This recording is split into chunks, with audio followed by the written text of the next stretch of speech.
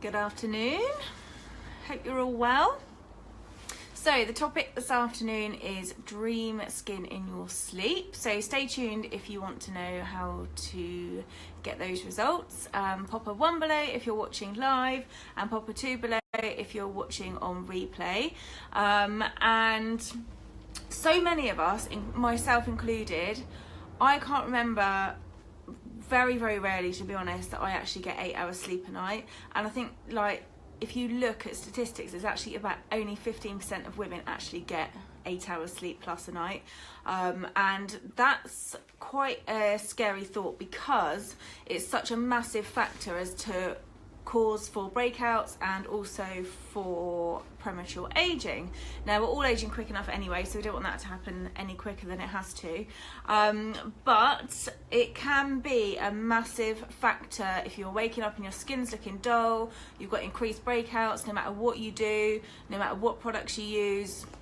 You're finding that you're still having those breakouts and that your skin is looking really dull, then it could be down to either not enough sleep or not enough quality sleep. So basically, sleep is going to affect so many things during the day. It's going to affect your appetite, it's going to affect your concentration levels, and it's going to affect your energy levels. Hello, Will Stone Plumbing. While you're sleeping, your skin's detoxing. So if you're not getting enough quality sleep, then you are going to find that you're going to get a build-up of breakouts. That can be a massive cause for your breakouts, because your skin isn't able to detox fully if you're not getting the right sleep and you're not in a deep enough sleep, which means that you're going to get a build-up of bacteria underneath the skin, and then that's obviously going to cause breakouts, which is never good. And also your skin is going to repair while you sleep, because the oxygenation process happens, and that's basically where all the blood comes to the surface of the skin, and it's feeding your skin with nutrients and oxygen. And if you're not getting enough sleep and you're not getting the right quality sleep, then that process isn't going to happen. So on top of the detoxification process not happening, then also on top of that, your skin is going to be looking dull because it's not getting the oxygen that it needs.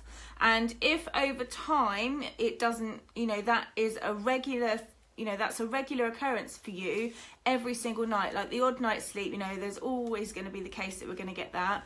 But if that's happening over a sustained period of time, then that's going to accelerate the aging process.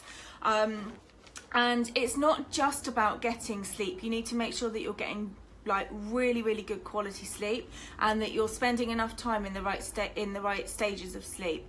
And that can be caused by so many factors that means that you're not getting that.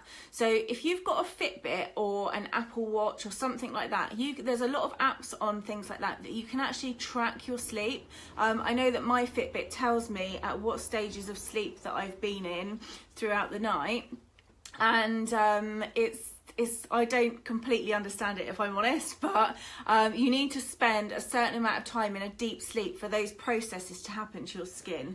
And your quality sleep is going to be different for everyone, because you might find that you're going to sleep better in different situations. So it may be that if your room is cooler, you'll sleep better. If you exercise after work, maybe you might sleep better than if you don't exercise after work.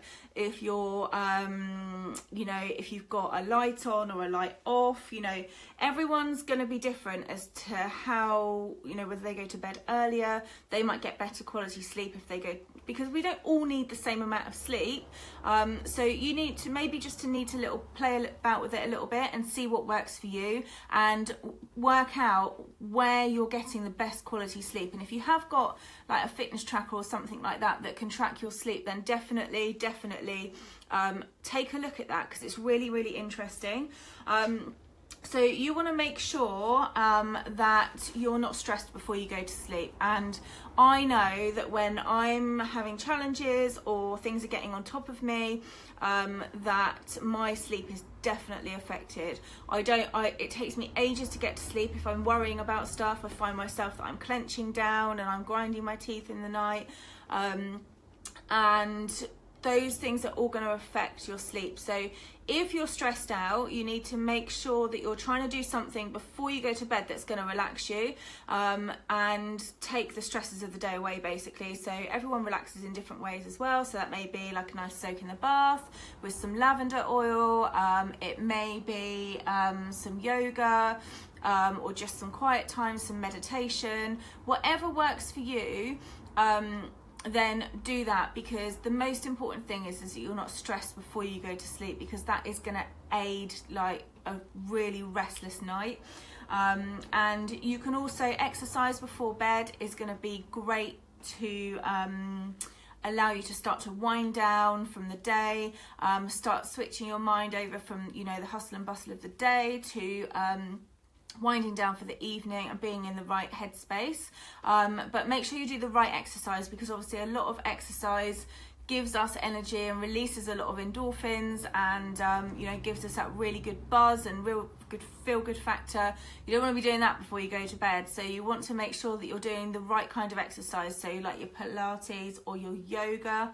And if you when you go to bed, you want to make sure that you're sleeping correctly. So if you suffer with a bad back, then make sure you've got, you know, maybe a pillow propped under your knees, to even out your back, or between your knees, so that you're not tossing and turning all night because you're uncomfortable. And make sure that when you go to bed, you consciously unclench that jaw, because I don't know about you, but throughout the day, I quite often realise that my jaw is really like clenched together, and that's just going to create more stress. You want to also make sure, sleep, those are the days, I know. So on top of like breakouts and like premature aging, you've also got these massive bags going on under your eyes if you're not getting enough sleep, which is always a telltale sign. But you can cover those up, it's all right.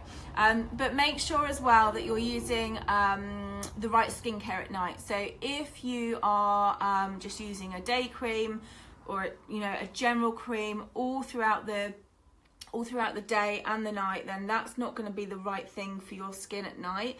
You want to make sure that if you're going to invest in anything in terms of skincare cream, that you want to make sure that you invest in a night cream, because that can really help the renewal process overnight. But if you're stressed, if you're really, really stressed, then that cream isn't going to be absorbed as well as if you're not, so the absorption doesn't happen. So the main key, guys, is making sure that you wind down before bed, you de-stress, and then your night cream's going to work. But make sure you wash it off in the morning, because otherwise it's normally quite heavy, and you don't want to be leaving that on all day the next day. So it's really important that even if you're not going to put the makeup on the next day, that you cleanse off that night cream. And also you want to make sure that you're ditching the distractions, because I don't know about you, but I go to bed and I'm always on my phone up until the last point, and it doesn't allow you to wind down.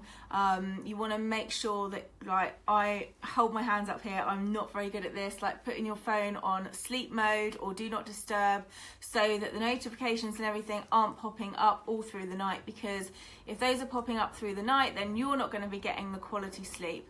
And also, last tip, don't down loads and loads of water before you go to bed, because that is gonna, sometimes we don't think about it, we think, oh, you know, it's great to be able to detox, flush out the system, have a load of water before I go to bed, but actually then you're just gonna be up in the night loads, like, you know, that's gonna happen when we're old anyway, girls, so we need to, you know, we don't want to enhance that process. Or like the nights where you're pregnant, you've got the big baby like pushing down, and you have to get up and down every night to go for a wee, and you feel like you just haven't slept at all. So don't drink loads before bed, but if you want that detoxification process, or you want water, you can have it in the right fruits, vegetables, nuts and seeds and everything in your evening meal or your snacks throughout the evening, because that isn't going to have the same effect. So I've got some great meditation apps, so if you apps, and also some free links from YouTube that I use. So if you want any of those, then pop a hands up below and I'll pop those over to you in a private message. And Anna, I hope you get some sleep soon, and I will catch you all later.